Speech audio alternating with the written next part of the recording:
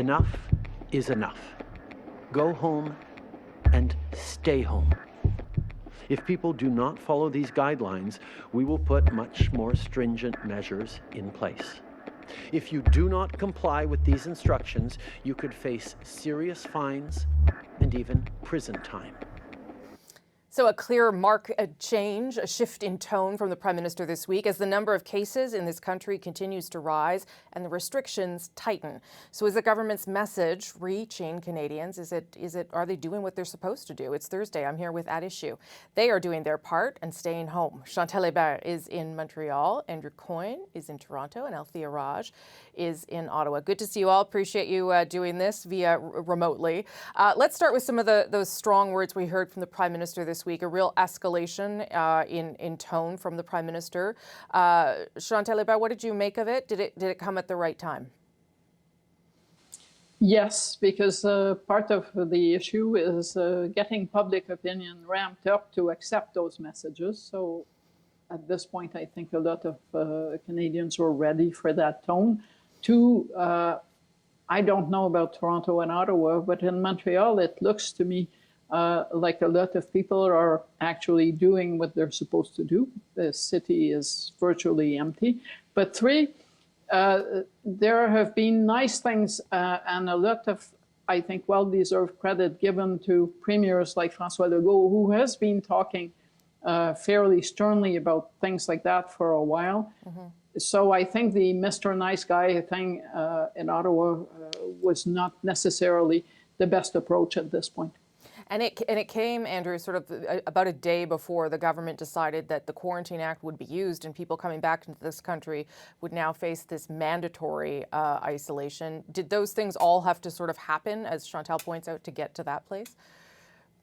I'm not sure. I think the government bears some of the responsibility for whatever backsliding or lackadaisical attitude some Canadians may be taking to this. This is the government that for a long time was saying the risk was low, that they didn't need to enforce controls at the borders, for example, that when they didn't send people out to, didn't have proper advisories when people for incoming flights. Mm-hmm.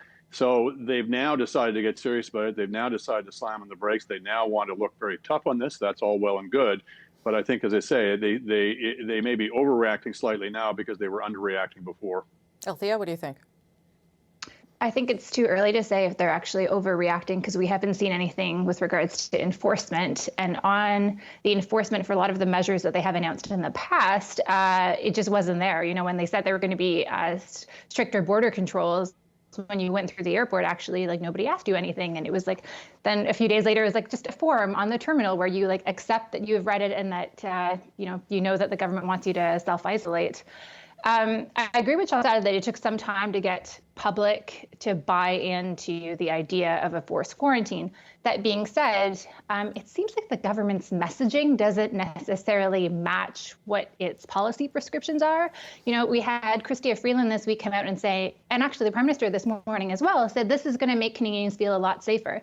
Well, if you think this was going to make Canadians feel a lot safer, why didn't you do this a week ago or 2 weeks ago? Now we're hearing from public health officials that most people are getting COVID-19 through community transfers, not through travel. So if you wanted to, safeguard us from the travelers, you should have acted sooner. Well, speaking of the messaging, and some of it has been, I would say, is particularly around the Quarantine Act, a little bit confusing and unclear. But there have also been what some people are characterizing as missteps. And I'm talking there about, of course, the legislation where the government, according to the Conservatives anyway, overreached. Was that, were they able to salvage things enough that won't be something that will be remembered as a mistake, Chantal? I suspect that with people losing their jobs in huge numbers every day, with kids not going to school, what happened on Parliament Hill this week is not going to stick for very long. I'm not saying that that's a great thing, and I do believe in the end that Parliament worked this week. But you need to hive off what happens in Parliament with what happens on the street in real life. And I believe at the end of the day, every politician in this country is going to be judged on where we end up and where we go from there, and not what happened in Parliament this week. That's fair, but it did become a moment, Andrew, where sort of the collaboration was on pause and the politics was very apparent. It was a disgraceful overreach. Everybody understands that we're in extraordinary times and extraordinary measures are needed. I think the opposition parties themselves had signed on to that. People were prepared to give the government a great deal of leeway. But to assert an unlimited power to tax, spend, and borrow for up to 2 years. And in addition, there were clauses in there that allowed the Minister of Employment to basically rewrite the Employment Insurance Act on the fly. These kinds of things are so far beyond any notion of parliamentary government. They're completely unnecessary. One has the feeling that the government saw an opportunity to basically insulate itself in a minority parliament from effective scrutiny for 2 years. And took it. And if the opposition hadn't stood up to it, I think that would have been bad, not only for Parliament, but bad for fighting this virus. We have to keep all the public on board, not just the people who support the government, but the people who are very skeptical of this government. And if we don't have an effective Parliament scrutinizing them and giving voice to people's concerns about the way the government's handling this, then we're not going to be able to have that kind of democratic buy-in that we need. Althea, and I can see Chantal wants to say one more thing. Althea? It was a colossal mistake. I don't actually believe that the Liberals were trying to safeguard the minority government for 2 years. I think not enough people saw this piece of legislation. And some people thought they were being a little clever and thought like, oh, we can use, we don't know when this is going to end. Let's give ourselves as much padding as possible. I think it was gross incompetence, frankly, and embarrassing. And it will go down in the history books as yet another example of the Liberal government trying to deny the official opposition its role. I mean, we saw that with Motion 6 a few years ago.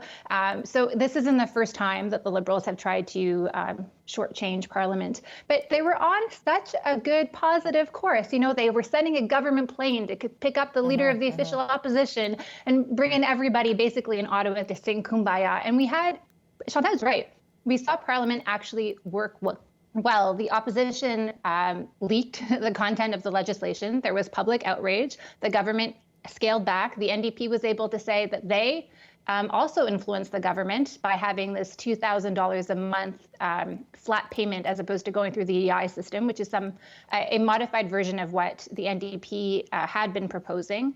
And then we saw the influence that one single member of Parliament can have, and that's Conservative MP Scott Reid, who heard about this overreach, the government giving itself powers until 2021. Deciding this was outrageous, was not going to give unanimous consent, drove to Ottawa. I mean, his riding's not too far from Parliament Hill.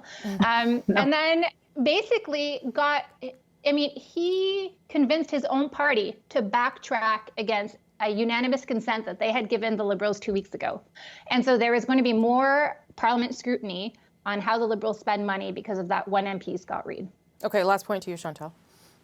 Okay, one, the saving grace for the government is that it happened over a one-day news cycle, which no one could afford, including the government, a parliamentary crisis that stretched beyond that one day.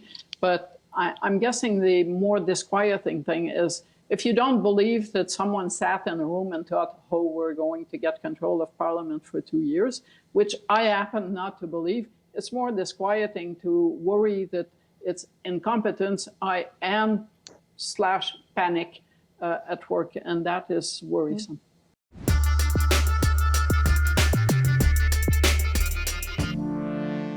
All right, the other thing that the government is having to contend with in the midst of this pandemic is, of course, its relationship with the United States, having to negotiate this limited movement at the U.S.-Canada border, and then reports this week that the government confirmed that there was some sort of conversation around putting increased troops far back from the border, but still there in order to monitor the situation. The Deputy Prime Minister was asked about it. Here's what Chrystia Freeland said.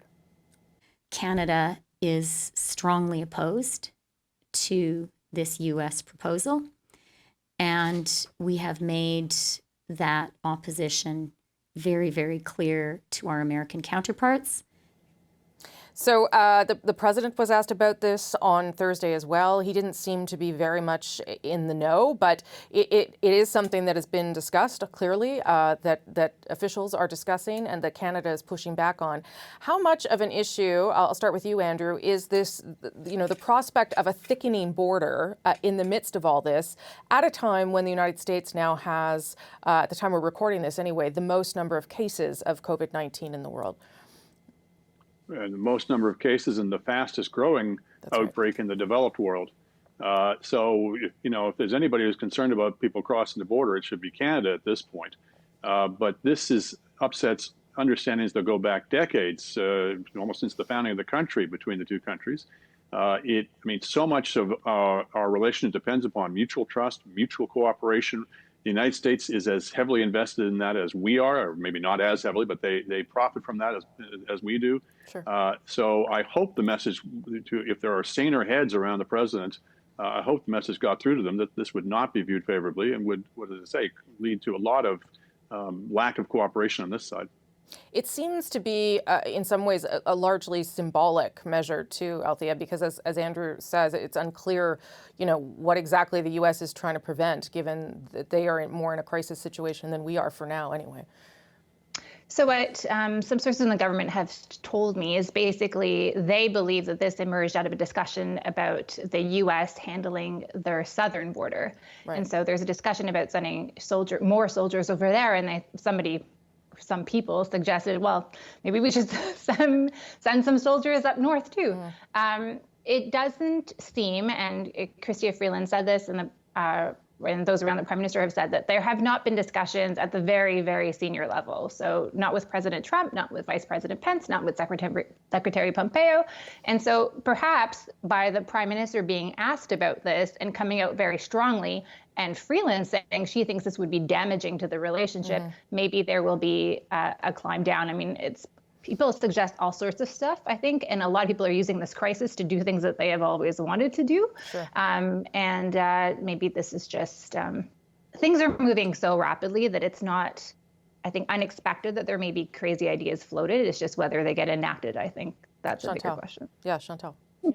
For a government, and I'm talking about the U.S., to want that is media sensitive and that wants coverage of its own soldiers stopping its own citizens from leaving the country.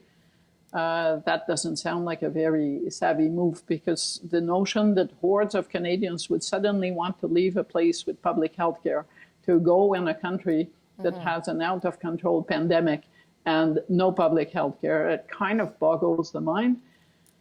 And it is worrisome, I guess, because it speaks to what has been happening just south of us, and we live in the same geographical environment.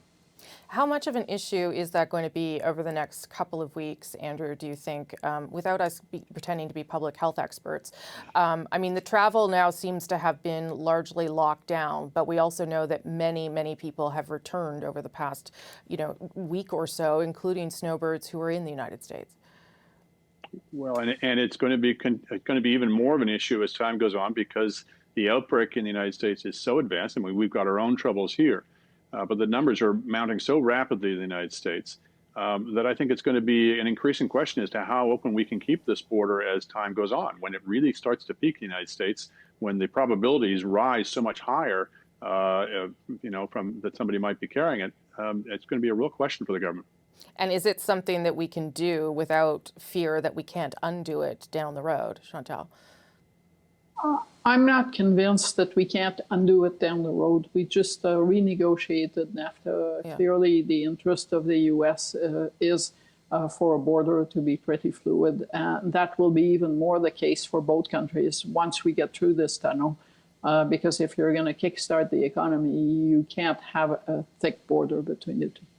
But I'll end up with this, Althea. When you hear the president... In an election year, I should have added. Yes, of course. But you also have a president right now who's talking about backing off on some of the social distancing measures and public health measures. So all of those things, you don't want to start easing things on one side and not on the other, Althea. No, who knows what's really going to happen with that Easter timeline that the president has floated this week for having everybody packing the churches. Like, that didn't scare all of us. It's possible that the government, and they said this very clearly on Thursday, may have to enact other changes. For example, with the truckers that are coming in from the United States, does that mean that they need to let go of what they're carrying and a Canadian trucker takes it over at the border, or will they be isolated in a certain zone? Who knows? I think the government itself doesn't really know what it would contemplate, only that it can't really rule out anything at this point, as probably it shouldn't. Yeah. Okay, I'll leave it there. Thank you all. I appreciate it very much.